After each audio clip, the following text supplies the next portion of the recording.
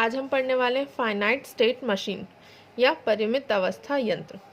एक परिमित अवस्था यंत्र एक 6 टपल SIO FG S0 से निर्दिष्ट होता है, जहां S equals to S0 S1 S2 and so on का एक सेट बना हुआ है। अवस्थाओं का एक परिमित समुच्चय है। S क्या है? स्टेट्स का कोई सेट होगा, जिस सेट में कई सारे क्या होंगे? स्टेट्स होंगे। तो ये एक सेट बना हुआ है, इसके अंदर उस मशीन में जितने भी स्टेट होंगे वो सारे आएंगे। अब सेकंड है S0। ये जो S0 है वो क्या है? तो S0 S का एक विशिष्ट सदस्य है जो यंत्र की प्रारंभिक अवस्था की ओर संकेत करता है। मतलब कि S0 जो होगा वो इस मशीन का इनिशियल स्टेट होगा। थर्ड, ये जो I दिया हुआ है ये है इसका इनपुट्स का सेट। तो यहाँ पे जितने भी हम इनपुट देंगे उनको इस सेट में I से डिनोट कर रहे हैं। तो I equals to I1 I2 and so on निवेश अक्षरों, मतलब कि इनपुट लेटर्स का एक परिमित समुच्चय है। O आउटपुट्स का सेट होगा और F जो है वो S क्रॉस I से S पर एक फलन है। कोई फंक्शन है F किससे? S क्रॉस I से S में, जो संक्रमण फलन या फिर ट्रांजिशन फंक्शन कहलाता है। 6 G क्या है? S से O पर एक फलन है जो निर्गम फलन या फिर आउटपुट फंक्शन कहलाता है। अब हम इसका एक एग्जाम्पल लेके सॉल्व करते हैं। अब हम एक एग्जाम्पल लेते हैं जिसमें दिया हुआ है, एक परिमित अवस्था यंत्र की अभिकल्पना कीजिए जो समुच्चय 0 1 2 को निवेश के रूप में प्राप्त करता है। मतलब कि यहाँ पे कोई सेट ले रहे हैं जिसमें इनपुट जो कि हमको मिल रहा है 0 1 और 2, ये इसके इनपुट्स होंगे, तथा एक निर्गम इस प्रकार जनित करता है कि मतलब कि हमको आउटपुट ऐसा मिलेगा कि निर्गम निवेश अनुक्रम में अंकों के योगफल का मॉड्यूल क्या होगा? 3 के बराबर है।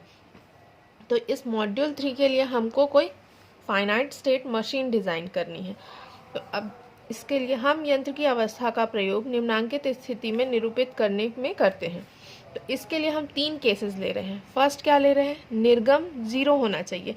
अब फर्स्ट केस में हम मान रहे हैं कि जो इसका आउटपुट है वो क्या मिलना चाहिए? 0, जब सभी निवेश मतलब कि इनपुट अंकों का योगफल मॉड्यूल 3 क्या होगा? 0 है। मतलब कि 0 इनपुट के लिए हमको आउटपुट क्या मिलेगा? 1। सेकेंड केस में ले रहे हैं कि आउटपुट 1 होना चाहिए जब निवेश अंकों के योगफल का मॉड्यूल 3 है और इनपुट क्या होगा इसका? 1। मतलब कि इनपुट 1 के लिए आउटपुट 1 मिलेगा। वैसे ही थर्ड केस में ले रहे हैं कि जब हमको आउटपुट 2 मिलना चाहिए, कब? जब इसका हम इनपुट लेंगे 2। हम स्थिति 1 के संगत यंत्र की स्थिति को अवस्था S0, मतलब कि फर्स्ट केस को हम क्या मान रहे हैं? S0 से डिनोट कर रहे हैं, जो कि क्या होगी? इस मशीन की इनिशियल स्टेट, तथा स्थिति 2 के संगत अवस्था S1। अब सेकंड केस को हम मान रहे हैं स्टेट S1 और थर्ड केस को मानेंगे स्टेट S2। अब इसको हम सॉल्व करके देख। अब इसके लिए हम एक स्टेट टेबल बना रहे हैं जिसमें फर्स्ट के लिए हम स्टेट, इनपुट और आउटपुट 3 इनपुट दिया हुआ है क्वेश्चन में, 0 1 और 2। तो ये 3 इनपुट ले लिए। अब इसमें हमने 3 केसेस लिए थे जिसमें हमने बोला था कि 0 इनपुट के लिए आउटपुट क्या मिलेगा? 0, जिसको S0 को हमने क्या माना था? केस फर्स्ट को हमने इनिशियल स्टेट S0 माना था, तो इसका आउटपुट क्या मिलेगा? 0। सेकंड केस को क्या माना था? S1, तो इसका आउटपुट 1। और सेकंड वाले थर्ड केस को हमने क्या माना था? S2, जिसका आउटपुट होगा 2। अब इसके लिए हम देखेंगे कि यहाँ पे जो वैल्यू आती है वो कैसे आती है। तो जब हम लेंगे इनिशियल स्टेट S0, इसमें हम देंगे इनपुट 0, तो यहाँ पे हमको क्या मिलेगा? इस 0 इनपुट के लिए S0 में 0 इनपुट के लिए हमने क्या माना था? आउटपुट 0 मिलेगा। तो आउटपुट 0 किस में मिल रहा है? S0 में, इसलिए यहाँ पे आ गया S0। 1 इनपुट देंगे और 1 आउटपुट किस में मिल रहा है? S1 में, इसलिए यहाँ पे आ जाएगा S1। फिर 2 इनपुट दे रहे हैं और 2 किस में मिल रहा है हमको? S2 में, तो यहाँ 2 है इसलिए हम यहाँ पे क्या लिख देंगे? S2। अब हम S1 में आएंगे, तो S1 में आने के लिए हमको कहाँ जाना पड़ रहा है? 1 इनपुट में। तो इनिशियल स्टेट S0 से यहाँ पे पहुँचने के लिए हमको 1 इनपुट, तो इस वाले में जब हम करेंगे तो इसमें +1 करते जाएंगे, जो भी 1 इनपुट मिल रहा है उसमें। तो अब यहाँ 0 इनपुट दे रहे तो 0 + 1, 0 + 1 = क्या हो जाएगा 1। 1 किस में मिल रहा है हमको इनपुट, सॉरी आउटपुट 1 मिल रहा है S1 में, तो यहाँ आ जाएगा S1। फिर 1 इनपुट +1, तो 1 + 1 क्या हो जाएगा 2, तो 1 + 1 2 हो रहा, और 2 किस में मिल रहा है हमको आउटपुट S2 में, इसलिए यहाँ पे आ जाएगा S2।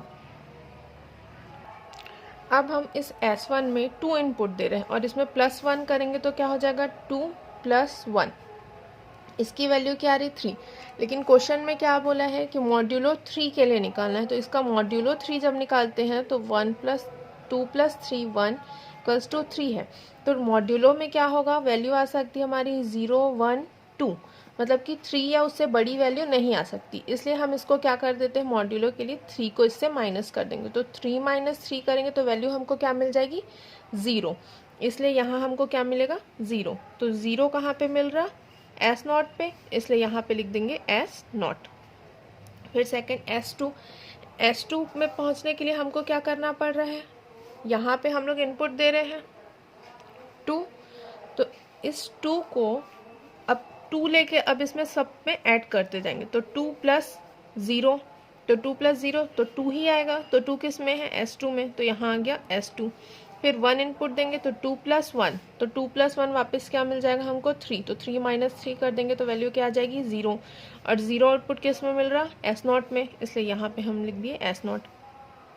उसके बाद S2 + 2, तो इस 2 में 2 को ऐड करेंगे तो क्या मिल जाएगा 2 + 2 = 4, अब 4 - 3 कर दिए तो वैल्यू क्या आ गई 1, तो 1 किसका आउटपुट मिल रहा है हमको S1 का, इसलिए यहाँ पे आ जाएगा S1।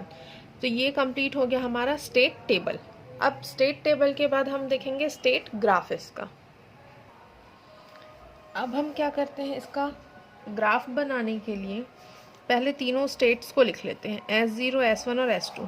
तो यहाँ पे लिख लिया हमने S0, यहाँ लिख लिया S1, यहाँ S2, तीनों हो गया। अब इसमें S0 में इनपुट 0, यहाँ लिख लिए 0, S2 में इनपुट 2, S1 में इनपुट क्या था 1, तो इन तीनों के लिए हम लोग आउटपुट S0 का आउटपुट 0, S1 का आउटपुट 1 और S2 का आउटपुट क्या मिल रहा 2, इन सबको ऐसे लिख लिए हैं।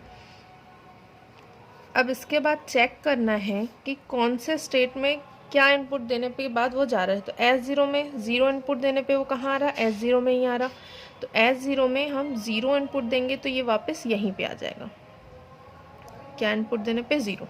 अब S0 में हम फिर से क्या देंगे, कोई इनपुट 1 देंगे, तो 1 इनपुट देने पे कहाँ जा रहा है ये S1 में, तो S1 में जाएगा, तो 1 इनपुट देंगे तो ये कहाँ आ जाएगा 1 इनपुट देने पे S1 में।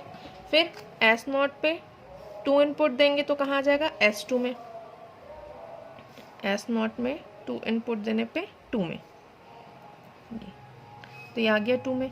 फिर S1 में 0 इनपुट देने पे S1 में ही आ रहा, मतलब कि ये सेल्फ लूप बनाएगा 1 के लिए। फिर S1 में 1 इनपुट देने पे S2 में जा रहा, तो S1 में हम इनपुट क्या दे रहे हैं 1, और ये जा रहा है S2 में, इधर 1 इनपुट के लिए। अब S1 में 2 इनपुट देने पे ये S0 पे जा रहा, तो 1 इनपुट में S1 में हम क्या इनपुट दे रहे हैं 2 दे रहे हैं, S0 में जा रहा, तो ये यहाँ से गया इसमें, जब हमने दिया 2 इनपुट। फिर S2 में चेक करेंगे तो S2 में 0 इनपुट देने पे S2 में ही मिल रहा, तो ये फिर से सेल्फ लूप बनाएगा। अब S2 में 1 इनपुट देने पे S0, ये वापस यहाँ चला जाएगा 1 इनपुट के लिए। अब लास्ट बचा S2 में 2 इनपुट देने पे S1, S2 में हम इनपुट दे रहे 2, ये आ गया S1 स्टेट में, ये तो ये बन गया हमारा स्टेट ग्राफ।